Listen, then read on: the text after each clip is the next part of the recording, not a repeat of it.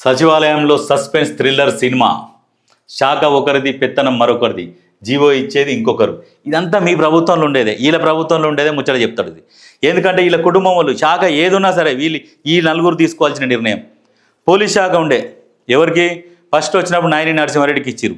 ఆయన ఒక ACP transfer అయితే, ఒక సిఐ ట్రాన్స్ఫర్ అయితే కూడా ఆయనకు తెలియదు. అది ఆ లోకల్ ఎమ్మెల్యేని అడిగితే కూడా రామన్నకు తెలుసు ట్రాన్స్ఫర్ అయింది. ఫోన్ చేస్తే అరే ఏంది ఇట్లా అంటే అరే రామన్నకు తెలుసు అని అంటారు. లేకుంటే హరీష్ అన్నకు తెలుసు, లేకుంటే సంతోష్ అన్నకు తెలుసు, లేదంటే పెద్ద సారు. ఇట్లా ఉంటుండే. చిన్న వాటికి కూడా శాఖలలో ఎవరికి పట్టు లేకుండే. ఇక ఈ ఏగలేక ఏం చేసిందంటే నాయని నరసింహారెడ్డి గారు పాపం స్వర్గస్తులు ఓన్లీ ఇక ఫంక్షన్కు కార్డులు వస్తాయి కదా, ఇన్విటేషన్లు వస్తాయిగా, అవి పట్టుకోవాలి, పొద్దుగా లేచి ఫంక్షన్లోకి తిరగాలి. ఇక ఆయనకు అది ఒకటే పని. ఇక ఉంటుంది కదా పెట్రోల్ ముందలంగా ఇక కాన్వాయ్ ఉంటుంది, ఇక పోతుంటాడు, పోయి ఫంక్షన్లకు అటెండ్ అవుతాడు.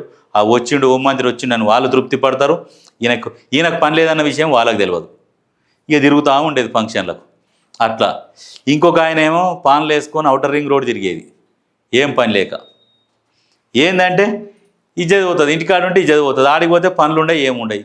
ఎంతసేపటికి అన్నీ వాళ్ళే చూసుకుంటారు, సెక్రటరీలు చూసుకుంటారు, వాళ్ళు చూసుకుంటారు. లాస్ట్కి ఫైల్ మీద సంతకాలు పెట్టే టైంకు ఒకటేసారి సంతకాలు పెట్టాలి. చదివేది లేదు, ఏం లేదా, ఏమున్నాయి ఏం లేదు. సార్ తోలిండి ఇటు మీద అన్నిటి మీద సంతకాలు పెట్టమనడానికి, కానీ అన్నిటి మీద సంతకాలు పెట్టి పంపించాలి. అది వీళ్ళ పాలనల. అదే ఇక్కడ జరుగుతుందని ఇక నోటికి వచ్చినట్టు మాట్లాడుతుండు. ఇక అంటే దొంగల బ్యాచ్ దొంగతనం చేసి వానికి ఎట్లా ఉంటుందంటే వేరే వాళ్ళని చూస్తే కూడా దాంట్లో అరే వీళ్ళు కూడా దొంగతనం చేస్తుండొచ్చు, వీళ్ళకెళ్ళి ఎన్ని తీసిరు, అందులోకెళ్ళి ఎన్ని తీసిరు, ఇదే ఆలోచన ఉంటుంది. సేమ్ వీళ్ళకి కూడా గట్లే ఉంటుంది. వీళ్ళ పరిపాలనని ఆ మైండ్లో పెట్టుకొని మేము ఇంత తినేది, వీళ్ళు ఎంత తిన్నారో ఇదే ఆలోచన. వీళ్ళకి అసలు ఆ తినేది కూడా తెలియదు వీళ్ళకు, కానీ వీళ్ళు ఒకటే గుర్తు చేస్తూ ఉంటారు. దాంట్లో ఇంత తిన్నారు, దీంట్లో ఇంత తిన్నారు, అరే అట్టెట్ట తినొస్తుందని వీళ్ళు ఆలోచన చేసే పరిస్థితి తీసుకొని వస్తారు. నిజంగా ఫస్ట్ వీళ్ళ దగ్గర ఏం జరుగుతుందో ఈయన చూసుకోక పక్కోని మీద పెడుతుంటాడు. ఇక్కడ ఆల్రెడీ ఆది శ్రీనివాస్ గారు ఏమన్నారు, ముందు మీ ఇంట్లో సినిమా గురించి ఆలోచించు, లేకుంటే నీ కథ క్లైమాక్స్ చేరుతుంది. ఉప ఎన్నికల్లో కార్మికులు ఓట్లు వేయలేదనే ఆకాశంతో మాట్లాడొద్దు. మీకు సినిమా వాళ్ళ గెస్ట్ హౌజులు మాత్రమే తెలుసు, కార్మికులు ఓట్లు వేయలేదు, అక్కస్ ఉన్నది. కానీ సినిమా వాళ్ళ గెస్ట్ హౌజులు ఉంటాయి కదా, అయ్యే తెలుసు అంటుండు. అయ్యే తెలుసు వాళ్ళకి, మరి పక్క అయ్యే తెలుసు. సినిమా వాళ్ళ గెస్ట్ హౌజులు తెలుసు, వాళ్ళతో కలిసి వ్యాపారాలు తెలుసు, ఆంధ్ర కాంట్రాక్టర్లతోని వ్యాపారాలు తెలుసు. ఆంధ్ర కాంట్రాక్టర్లు వచ్చి ఈ సినిమా వాళ్ళ గెస్ట్ హౌజులలో కూర్చొని వీళ్ళని పిలిపించుకొని అక్కడ మాట్లాడుకొని వీళ్లకు కావాల్సినవి అన్నీ సమకూర్చేది. ఏదంటే అది అర్థమైందిగా, ఏదంటే అది సమకూర్చేది. ఒకడు పైసకు వంగుతాడు, ఇంకోడు ఒకదానికి వంగుతాడు.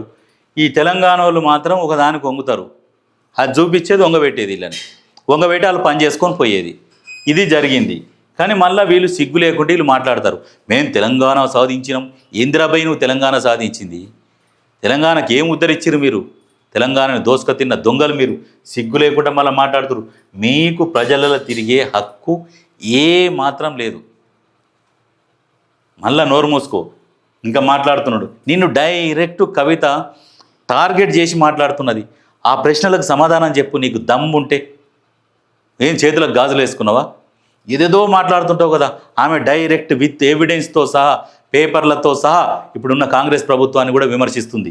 చెప్తుంది డైరెక్ట్, కాంగ్రెస్ పార్టీ మీకు దమ్ముంటే ఆయన మీద చర్యలు తీసుకొని విచారణ జరిపించండి అని చెప్పేసి కాంగ్రెస్ పార్టీని కూడా విమర్శిస్తుంది. మరి కాంగ్రెస్ పార్టీ ఏం చేస్తుందో కూడా ఆలోచన చేయాలి. అంత క్లియర్గా ఆమె చెప్తుంది, పేపర్ నా దగ్గర ఎవిడెన్స్ ఉంది, ఇంట్లో ఇంత అవినీతి జరిగింది అని ఆమె పేపర్లు పట్టుకొని ప్రెస్ మీట్లో కూడా క్లియర్గా చెప్తుంది. చెప్పినాక కూడా కాంగ్రెస్ కూడా మరి ఎందుకు ఆలోచన చేస్తుంది? మరి ఆది శ్రీనివాసులు కూడా ఆలోచన చేయాలి. ఎందుకంటే మరి ఆమె అంత క్లియర్గా చెప్పినాక కూడా ఎక్కడ చర్యలు తీసుకుంటలేరు. గతంలో ఉన్న కేసుల గురించి కూడా ఎక్కడ కూడా మాట్లాడతలేరు. మాట్లాడాలి, మరి ఎందుకు మాట్లాడతలేరు? సరే, మా సీఎంకు కార్మికుల కష్టాలు తెలుసు, హరీష్ రావుకు ఆది శ్రీనివాసులు కౌంటర్ వేసిండు. మీ సీఎంకు కార్మికుల కష్టాలు తెలుసు, వీళ్ళ కుటుంబం గురించి మాత్రమే తెలుసు, బయట వాళ్ళ గురించి తెలియదు.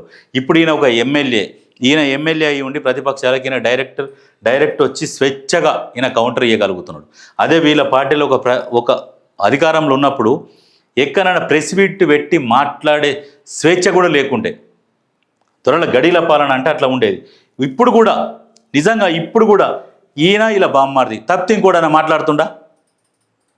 ఎవడైనా మాట్లాడుతుండా? ఎవరు మాట్లాడరు. అందుకనే ఇటువంటి దొంగలని దూరం పెట్టాలి, వీళ్ళని మెడలు వంచి పని చేయించుకోవాలి వీళ్ళతోని. ఈ కాంగ్రెస్ వాళ్ళు ఏంటంటే తింటారా తినరా కాదు, వీళ్ళు 10 పైసలు తిని 90 పైసలు ప్రచారం అవుతుంది. వీళ్ళది చెయ్యరు పాడు చేయరు దొంగతనం, ఖాళీ గోడెక్కి దునికితేనే 90 పైసలు ప్రచారం అవుతుంది. వీళ్ళు ఏం చేశారంటే 90 పైసలు తింటారు, 10 పైసల వంతు కూడా బయటపడరు. 99 పైసలు తిని ఒక్కొంతు కూడా బయటపడరు. అట్లా ఉంటుంది వీళ్ళకి తేడా. ఎందుకంటే వీళ్ళ అధికారంలో ఉండాలి, వీళ్ళని మెడలు వంచి పని చేయించుకోవాలి వీళ్ళతోని. ఎంతసేపటి వీళ్ళతో కొట్లాడవచ్చు, ధర్నాలు చేయవచ్చు, కూర్చోవచ్చు, లొలి చేయవచ్చు, ఏదైనా చేయవచ్చు. సిపిఎం వాళ్ళు వస్తారు, మద్దతు కూర్చుంటారు. ఎంతమంది లొలి చేసినా చూస్తూ ఉంటారు, చర్చలు జరుపుతారు, ఎంతో కొంత చేస్తూనే ఉంటారు వీళ్ళు. కానీ అనగదొక్కే ప్రయత్నం మాత్రం చేయరు వీళ్ళు కాంగ్రెస్ వాళ్ళు. ఇట్లాంటి వాళ్ళు ఉన్నారనుకో మొత్తం అనగదొక్కేస్తారు.